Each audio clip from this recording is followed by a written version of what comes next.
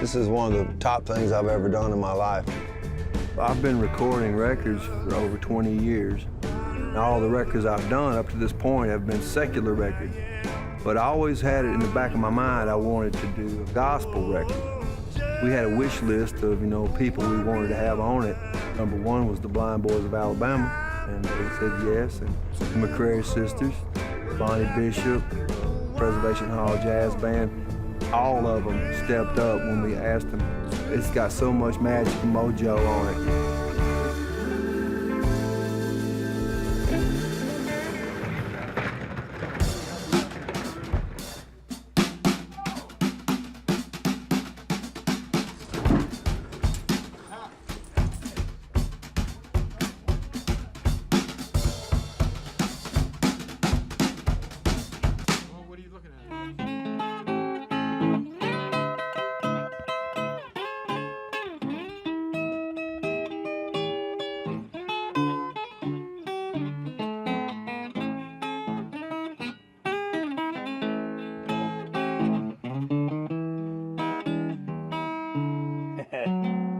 It's wicked up.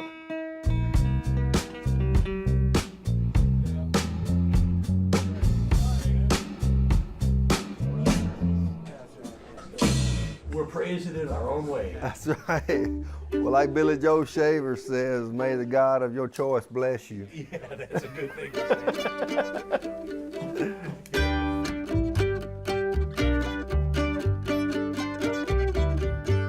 Where they got me at? Do we have Pro Tools going all the time? Yeah, we'll hit record here in just a sec. Just because what we might be running through might actually end up being the record. We've talked about doing this for years. I mean, Paul's background, obviously, in the church, is part of the story.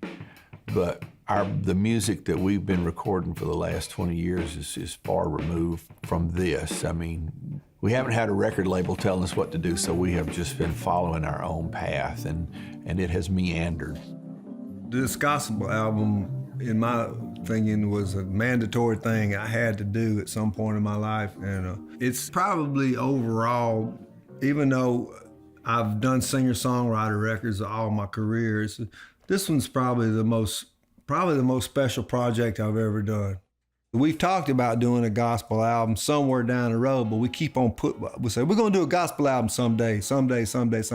But this time Billy had an idea to go ahead and do the gospel record now. And I didn't want to do songs that have been done to death. Like, there's great songs like I'll Fly Away, Amazing Grace. Those are all great songs, but they've been done to death. I wanted to find some more obscure 60s and 70s rhythm and blues gospel that I liked.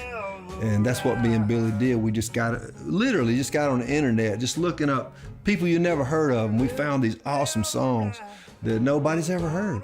The big task was finding the right songs.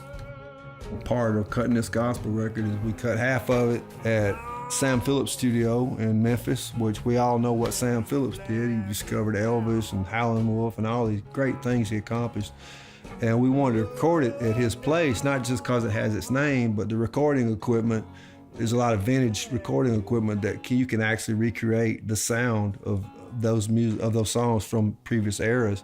Same with going to Fame and hanging out with Rick Hall. I mean, Aretha Franklin, everybody's recorded in these places using this exact same equipment. And so we tried to make it as authentic as we can make it. The sound of it, the choice of songs, everything. We wanted it to sound like it came from another time. Paul grew up going to black churches and white churches with his dad and doing, traveling the revival circuit. So he's got a lot of that in his history. Right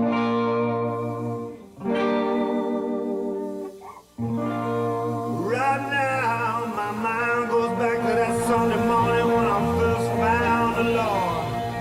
The Reverend asked me, have you been to the water? I said, yes, sir. The Reverend asked me, have you been baptized? I said, yes, sir. Somebody... I went away in a revival at the church, and I took him with me, and I bought him a little tambourine, and it's somewhere around here. And he started singing it that revival in church, and the people loved him so they come around and put money in his pockets. And he was one happy kid when we got to the room that night that he had got him an offering.